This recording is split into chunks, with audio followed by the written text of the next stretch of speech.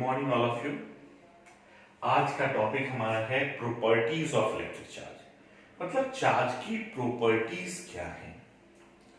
अभी तक जो हमने पढ़ा पिछले दो वीडियोस में, पहले वीडियो में हमने चार्ज के बारे में जाना, फिर बॉडी को मेथड क्या है चार्जिंग का वो जाना। आज हम लोग जानेंगे कि बॉडी पर अगर चार्ज है तो उसकी प्रॉपर्टीज क्या क्या है, इलेक्ट्रिक चार्ज की प्रॉपर्टीज क्या क्या है। तो पहली प्रॉपर्टी हम लोग देखते हैं, फर्स्ट प्रॉपर्टी हम लोग देखते हैं कि किसी भी बॉडी पर अगर चार्ज है तो वो दूसरे बॉडी पर ट्रांसफर हो सकता है। मतलब चार्ज ट्रांसफरेबल है। अगर एक चार्ज बॉडी को हम चार्ज बॉडी से कनेक्ट करते हैं, दोनों बॉडी चार्ज हो जाता है, मतलब दोनों बॉडी पर चार्ज, एक बॉडी से दूसरे बॉडी पर चार्ज का ट्रांसफर होता है। तो पहला चीज आप लिख सकते हैं कि charge is transferable. Charge transferable है, चार्ज को हम ट्रांसफर कर सकते हैं। Charge can be transfer from one body to another। हम चार्ज को ट्रांसफर कर सकते हैं एक बॉडी से दूसरे बॉडी पर। Charge can be transfer from one body to another. अब किसी बॉडी को हम चार्ज बॉडी को दूसरे चार्ज बॉडी से भी कनेक्ट करते हैं तो चार्ज का ट्रांसफर होता है एक बॉडी से दूसरी बॉडी में। कब तक होता है आगे पढ़ेंगे, जब तक आपका इलेक्ट्रिक पोटेंशियल बराबर न हो जाए। हिट में भी यही कॉन्सेप्ट हमने पढ़ा है कि एक हॉट बॉडी को हम कोल्ड बॉडी से कनेक्ट करते हैं तो हीट का फ्लो होता है। कहां से कहां होता है? हॉट बॉडी से कोल्ड बॉडी तक, जब तक दोनों का टेम्परेचर बराबर ना हो जाए। वैसे ही अगर हम दो बॉडीज को कनेक्ट करते हैं और दोनों बॉडीज चार्ज है या एक बॉडी चार्ज है या दूसरा अनचार्ज है, तो चार्ज का फ्लो तब तक होगा जब तक दोनों का पोटेंशियल बराबर ना हो जाए। तो चार्ज एक बॉडी से दूसरे बॉडी पे ट्रांसफर हो सकता है। दूसरी प्रॉपर्टी आपकी है charge is associated with mass. मतलब अगर कोई बॉडी चार्ज हो रहा है तो उसके मास में चेंजेस आएगा। अगर कोई बॉडी चार्ज हो रहा है तो उसके मास में चेंजेस आएगा। अगर कोई बॉडी चार्ज हो रहा है तो उसके मास में चेंजेस आएगा। कैसे आएगा? अगर कोई बॉडी निगेटिवली चार्ज हो रहा है तो इसका मतलब क्या है? यहां इलेक्ट्रॉन आ रहा है। अगर इलेक्ट्रॉन आया तो इसका मतलब इसका मास बढ़ गया, इसका मास बढ़ गया। अगर कोई बॉडी पॉजिटिवली चार्ज हो रहा है, इसका मतलब यहां से इलेक्ट्रॉन जा रहा है, यहां से इलेक्ट्रॉन जा रहा है, इसका मतलब इसका मास घट रहा है, इसका मास घट रहा है। तो अगर कोई बॉडी निगेटिवली चार्ज हो रहा है तो उसका मास बढ़ रहा है, और कोई बॉडी पॉजिटिवली चार्ज हो रहा है तो उसका मास घट रहा है। मतलब चार्जिंग से मास चेंज करता है। By charging mass changes, by charging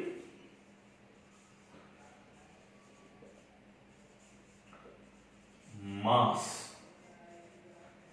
changes of the body, changes of the body, mass change कर रहा है। किसी बॉडी को अगर आप चार्ज कर रहे हैं तो उसका मास चेंज कर रहा है। अगर बॉडी निगेटिवली चार्ज हो रहा है इसका मतलब इलेक्ट्रॉन आ रहा है, इलेक्ट्रॉन आ रहा है तो उसका मास बढ़ रहा है। अगर निगेटिवली चार्ज हो रहा है तो उसका निगेटिवली चार्ज हो रहा है तो मास बढ़ रहा है, और पॉजिटिवली चार्ज हो रहा है तो उसका मास घट रहा है। पॉजिटिवली चार्ज हो रहा है मतलब इलेक्ट्रॉन जा रहा है, इलेक्ट्रॉन जाएगा तो उसका मास घटेगा, और इलेक्ट्रॉन आएगा तो उसका मास बढ़ेगा। अगर हम इसकी तीसरी प्रॉपर्टी देखें, कहता है चार्ज इनवेरियंस होता है। चार्ज क्या होता है? Invariance. Charge is invariance. Invariance का मतलब क्या होगा? वैरी नहीं करेगा। तो चार्ज कब वैरी नहीं करेगा? चार्ज मोशन के कारण वैरी नहीं करेगा। हमने पढ़ा है m is equal to M naught root under 1 minus V square by C square. इस मास को बोलते हैं रेस्ट मास। रेस्ट मास मतलब अगर v का वैल्यू हम 0 कर दें तो ये 0 हो गया, 1 बचा, m इज इक्वल टू क्या आया? m not. मतलब बॉडी जब रेस्ट में है तो इसका मास कितना है? m not. इसलिए इसको रेस्ट मास कहते हैं। v क्या है? Velocity of body. Velocity of body. और c क्या है? Velocity of light. और n क्या है? Mass of body. मतलब बॉडी की वेलोसिटी को अगर चेंज किया जाए, यहां पे इसको चेंज करें तो मास भी चेंज हो जाएगा। मगर वेलोसिटी चेंज होने से q का वैल्यू में कोई चेंज नहीं आता। मतलब चार्ज वैरी नहीं करता है due to the motion of the body. Charge vary नहीं करता है due to the motion of the body. मतलब charge does not changes due to motion. Motion होने से चार्ज में कोई चेंज नहीं आता। वेलोसिटी में आप चेंज लाइएगा तो बॉडी के चार्ज में कोई चेंज नहीं है। मास में चेंज आएगा मगर चार्ज में कोई चेंज नहीं है। क्वेश्चन क्या आता है कि due to motion of the body what is the change in mass and charge of the body. तो मास चेंज करेगा मगर चार्ज में कोई चेंज नहीं आएगा। तो यहां हम लोगों ने 3 प्रॉपर्टीज देखा। Charge is transferable. चार्ज को हम ट्रांसफर कर सकते हैं बॉडी से दूसरे बॉडी में। Charge is associated with mass. Charging अगर होगा तो मास चेंज करेगा। तीसरा, अगर वेलोसिटी चेंज करेगा तो मास चेंज करेगा मगर चार्ज में कोई चेंज नहीं आएगा। ये 3 प्रॉपर्टीज होंगी आपकी। समझ में आया होगा आप लोगों को।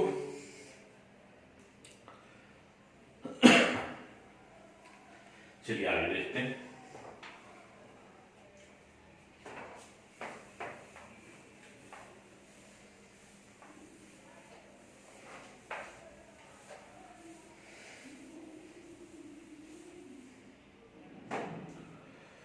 अगली प्रॉपर्टी जो आपकी है, चौथी प्रॉपर्टी, वो है नेचर ऑफ एडिटिविटी।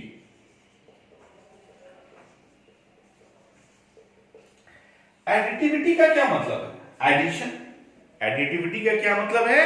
एडिशन। मतलब एडिशन का नेचर होता है चार्ज के पास। चार्ज के पास कैसा नेचर होता है? एडिशन का। कहने का मतलब है कि अगर किसी सिस्टम में एक चार्ज है 1 कूलम, दूसरा चार्ज है 2 कूलम, तीसरा चार्ज है -3 कूलम, चौथा चार्ज है 4 कूलम। अगर पूछा जाए कि सिस्टम पे कितना चार्ज है तो आप सबको ऐड करो। 1 + 2 प्लस, अब कुछ नहीं आता है किसको ऐड करें, 3 ले या -3 ले, तो हम चार्ज को ऐड करते हैं मगर उसके नेचर के साथ। अगर चार्ज नेगेटिव है तो नेगेटिव लेते हैं, चार्ज पॉजिटिव है तो पॉजिटिव लेते हैं। तो हम यहां पे 4 ले लेंगे। तो 4 3 7 -3 टोटल कितना चार्ज आ गया इस पे? 4 कूलम। मतलब अगर किसी सिस्टम पे एक से ज्यादा चार्जेस है, जो टोटल चार्ज होगा वो सभी के अलजेब्रिक सम के बराबर होगा। अगर चार्ज पॉजिटिव होगा तो पॉजिटिव लेंगे, चार्ज नेगेटिव होगा तो नेगेटिव लेंगे। सभी चार्जेस को जोड़ना है किस रूल से? अलजेब्रा के रूल से। अलजेब्रा का रूल क्या कहता है? यहां वेक्टर रूल नहीं लगाना है, यहां अलजेब्रा का रूल लगाना है, जो सिंपल हमने सीखा है मैथमेटिक्स में। अलजेब्रा का रूल से इसको ऐड करना है। मतलब if a body have more than two charged particle, more than two नहीं, more than one charged particle, total charge is the algebraic sum of all the charges with nature. हम charge को उसके nature के साथ add करेंगे, add करेंगे, मतलब positive है तो पॉजिटिव लेंगे, निगेटिव है तो निगेटिव लेंगे। यहां देखिए एक एटम की बात करते हैं। एटम में प्रोटॉन होता है, न्यूट्रॉन होता है, और उसके चारों तरफ कौन घूमता है? इलेक्ट्रॉन घूमता है। सिस्टम में जितने नंबर्स ऑफ प्रोटॉन्स हैं उतने ही नंबर्स ऑफ इलेक्ट्रॉन हैं, जिसको हम जेड से डिनोट करते हैं। जो न्यूट्रॉन है नंबर ऑफ न्यूट्रॉन्स है, उसको ए माइनस जेड से डिनोट करते हैं। ये आप लोग पढ़े हुएगा, ए यहां एटॉमिक मास है, जेड यहां एटॉमिक नंबर है। अगर टोटल चार्ज देखा जाए तो total charge on proton, total charge on neutron plus total charge on electron, यही होगा। जितने पार्टिकल हैं सबके चार्ज को ऐड कर दीजिए, जो ये कहता है। यहां पर कितने प्रोटॉन हैं? Z। एक प्रोटॉन पर कितना चार्ज? E। कितने न्यूट्रॉन हैं? A minus Z. न्यूट्रॉन पर कितना चार्ज? 0। कितने इलेक्ट्रॉन हैं? Z। और Z पर इलेक्ट्रॉन पर कितना चार्ज? Minus E। तो यहां कितना आया? Ze minus Ze। Total charge कितना हो गया? 0। तो यहां पर किसी एटम पर टोटल चार्ज 0 होता है, ये कैसे पता चलता है? With the nature of additivity. Nature of additivity में हमने सारे चार्जेस को लिया उसके नेचर के साथ। इलेक्ट्रॉन था तो माइनस ही लिया, प्रोटॉन था तो प्लस ही लिया, न्यूट्रॉन था तो 0 लिया। तो नेचर ऑफ एडिटिविटी आप लोग समझ गए कि किसी भी सिस्टम पर एक से ज्यादा चार्ज है तो सभी चार्जेस को ऐड कर दो उसके नेचर के साथ। पॉजिटिव है तो पॉजिटिव लो, नेगेटिव है तो नेगेटिव लो। ये नेचर ऑफ एडिटिविटी आसान है काफी, इसमें कुछ कह नहीं।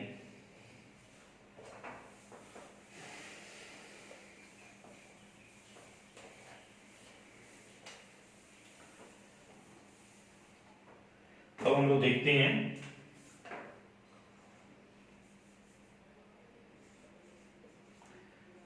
Conservation of charge.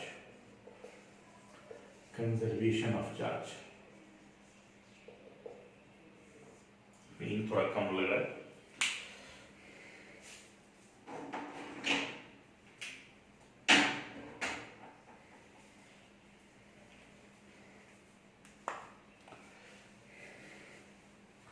Conservation of charge क्या कहता है?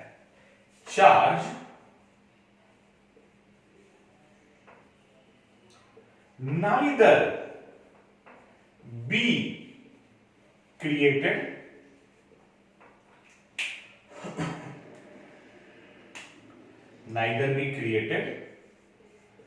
nor be destroyed। चार्ज को न हम क्रिएट कर सकते हैं न ही हम डिस्ट्रॉय कर सकते हैं। तो फिर क्या होता है चार्ज में? पहले हमने पढ़ा है, it can be transferred from one body to another. कहने का अर्थ है जो ये इलेक्ट्रॉन है इस पर कितना चार्ज होता है? -1.6 इंटू 10 का पावर -19 कूलम। अगर आप इलेक्ट्रॉन को तोड़ के कोई दूसरा पार्टिकल भी बनाते हो तो उस दूसरे पार्टिकल पर चार्ज चेंज नहीं करेगा। अगर आप एक प्रोटॉन लेते हो और प्रोटॉन टूटकर अगर दूसरा कोई पार्टिकल बनता है तो उस दूसरे पार्टिकल पर कितना चार्ज होगा? मतलब ये जो 4 इलेक्ट्रॉन या प्रोटॉन है वो कभी खत्म होने वाला नहीं है। अगर वो डिफॉर्म होकर दूसरा पार्टिकल बनता भी है तो उस पर इतना ही चार्ज रहता है। कहने का अर्थ ये भी है कि दुनिया में जितने भी चार्जेस हैं वो कांस्टेंट है। Charge neither be created not be destroyed, मतलब जितना है उतना ही रहेगा। तो आप लिख सकते हैं कि total charge in nature is constant, मतलब जितने चार्ज भगवान ने बनाए हैं उतने ही चार्ज रहेंगे, उसका वैल्यू कम और ज्यादा नहीं होने वाला है। जितना चार्ज भगवान ने बनाया है उतना ही चार्ज रहेगा, चार्ज का वैल्यू कम ज्यादा नहीं होगा। Total charge in nature is constant, किसी भी नेचर में टोटल चार्ज का वैल्यू कांस्टेंट है। इसकी अगली प्रॉपर्टी इसी में कहती है, क्या कहता है कि कंजर्वेशन ऑफ चार्ज का मतलब और क्या है, जैसे वाटर का हमने इलेक्ट्रोलाइसिस किया, ये क्या बनाया H प्लस और OH माइनस। अब तो कहिए सर यहां पर चार्ज बना और दोनों रिवर्स हो गए, चार्ज खत्म भी हो जा रहा है, नहीं चार्ज नहीं खत्म हो रहा है। इनिशियली चार्ज देखो कितना है 0, अभी भी चार्ज देखो कितना है 0, मतलब चार्ज नहीं बन रहा है, चार्ज पार्टिकल्स बन रहे हैं और वो डिस्ट्रॉय भी हो रहे हैं। मगर इसमें भी जब भी चार्ज पार्टिकल्स बनेंगे तो जितना पॉजिटिव बनेगा उतना ही नेगेटिव बनेगा। जितना पॉजिटिव चार्ज पार्टिकल बनेगा उतना ही नेगेटिव चार्ज पार्टिकल बनेगा। तो आप लिख सकते हैं कि charge particles can be created or destroyed, but always in pair of equal and opposite nature। मतलब जितना पॉजिटिव बनेगा उतना ही नेगेटिव बनेगा चार्ज पार्टिकल, उतना क्रिएट भी हो सकता है, डिस्ट्रॉय भी हो सकता है। तो चार्ज नहीं बन, इनिशियली चार्ज देखो 0, बाद में चार्ज देखो, चार्ज पार्टिकल्स बन सकते हैं due to transfer of electrons, charge नहीं बन सकता है। जानते हैं चार्ज पार्टिकल कैसे बनता है, due to transfer of electrons.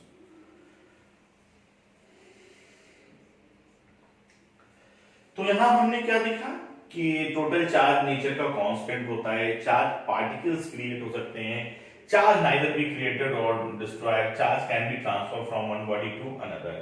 तो चार्ज का ट्रांसफर हो सकता है, चार्ज का ट्रांसफर हो सकता है, यूनिवर्स में चार्ज क्रिएट या डिस्ट्रॉय नहीं हो सकता है।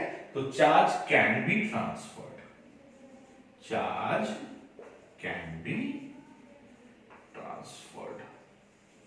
तो ये कंजर्वेशन ऑफ चार्ज बताता है, charge neither be created not be destroyed, it can be transfer from one body to another. Total charge जो नेचर में है इसका मतलब कांस्टेंट है, क्रिएट या डिस्ट्रॉय नहीं हो सकता। चार्ज पार्टिकल्स बन सकते हैं, चार्ज नहीं बन सकता। चार्ज पार्टिकल जब भी बनेंगे वो पेयर में बनेंगे, मतलब एक जितना पॉजिटिव बनेगा उतना ही दूसरा नेगेटिव बनेगा। चार्ज ट्रांसफर हो सकता है, charge can be transferred from one body to another, जो हमने पहला प्रॉपर्टी भी पढ़ा। दैट्स ऑल, ये हो जाता है। हमको नहीं लगता है इसमें कुछ खास है, समझ में आ गया होगा आपको। जो इसकी लास्ट प्रॉपर्टी है वो सबसे ज्यादा इंपॉर्टेंट है, वो क्या है, क्वांटाइजेशन ऑफ चार्ज। वो क्या है, क्वांटाइजेशन ऑफ चार्ज। चार्ज की जो प्रॉपर्टी है वो क्या है, लास्ट प्रॉपर्टी है क्वांटाइजेशन ऑफ चार्ज।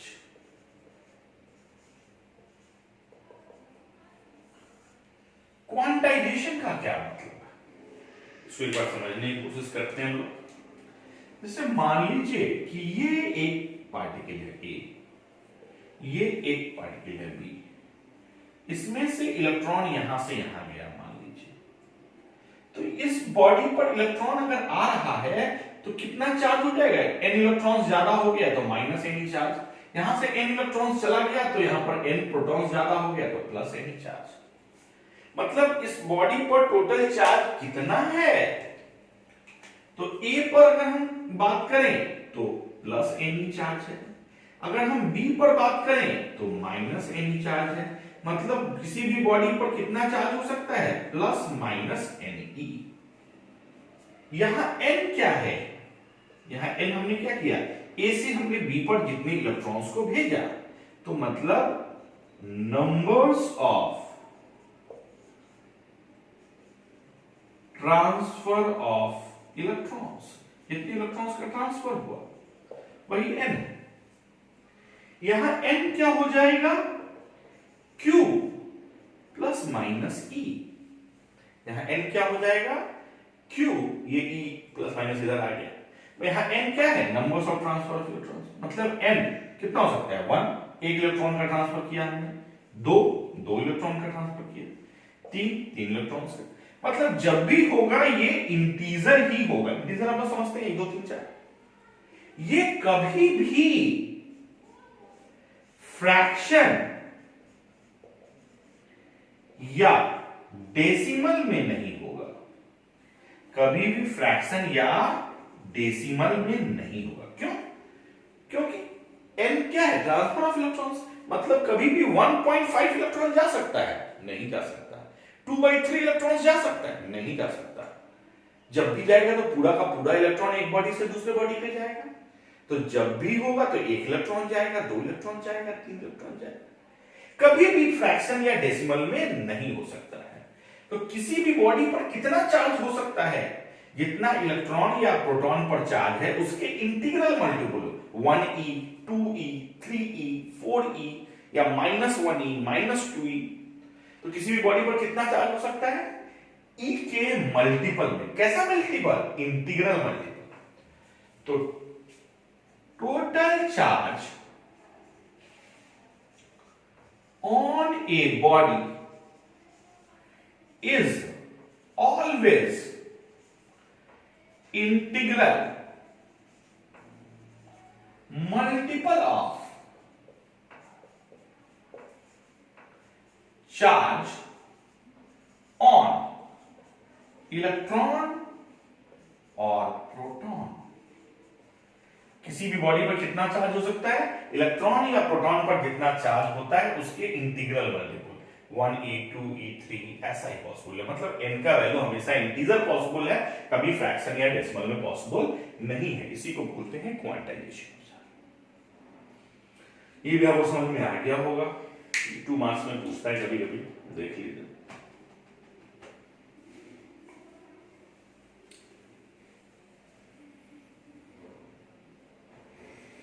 तो ये आपकी प्रॉपर्टीज ऑफ चार्ज हो जाती है। टोटल चार्ज की जो प्रॉपर्टीज है, 6 प्रॉपर्टीज हमने पढ़ी। पहला प्रॉपर्टी हमने क्या पढ़ा, याद है, भूल गए, फ्लैशबैक में जाइए, पीछे से याद कीजिए। पहला प्रॉपर्टी हमने पढ़ा कि चार्ज ट्रांसफरेबल है, एक बॉडी से दूसरे बॉडी पर चार्ज जा सकता है।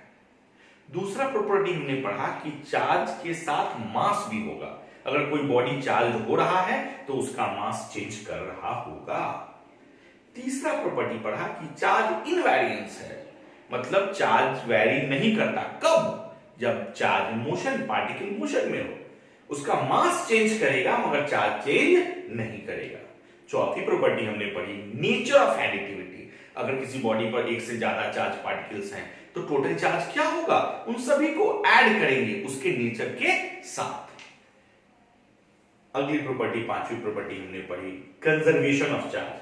चार्ज का ना तो क्रिएशन होता है ना डिस्ट्रॉय होता है, एक बॉडी से दूसरे बॉडी में हमेशा ट्रांसफर होता है। मतलब पूरे यूनिवर्स में चार्ज कांस्टेंट है। जब भी चार्ज पार्टिकल्स बनेंगे वो हमेशा पेयर्स में बनेंगे। चार्ज का एक बॉडी से दूसरे बॉडी पर ट्रांसफर हो सकता है, ये कंजर्वेशन ऑफ चार्ज शो करता है। लास्ट प्रॉपर्टी हमने क्या पढ़ा, क्वांटाइजेशन ऑफ चार्ज। मतलब किसी भी बॉडी पर कितना चार्ज हो सकता है, तो इलेक्ट्रॉन या प्रोटॉन पर जितना चार्ज होता है उसके मल्टीपल में हो सकता है। क्योंकि बॉडी चार्ज क्यों होता है, due to transfer of electrons. तो इलेक्ट्रॉन्स जाएगा तो हमेशा इंटीजर में जाएगा। अब अगला जो है ये प्रॉपर्टीज ऑफ इलेक्ट्रिक चार्ज पे कुछ न्यूमेरिकल्स पार्ट है, वो हम लोग अगले वीडियो में डिस्कस करेंगे। चलिए आज के लिए थैंक यू।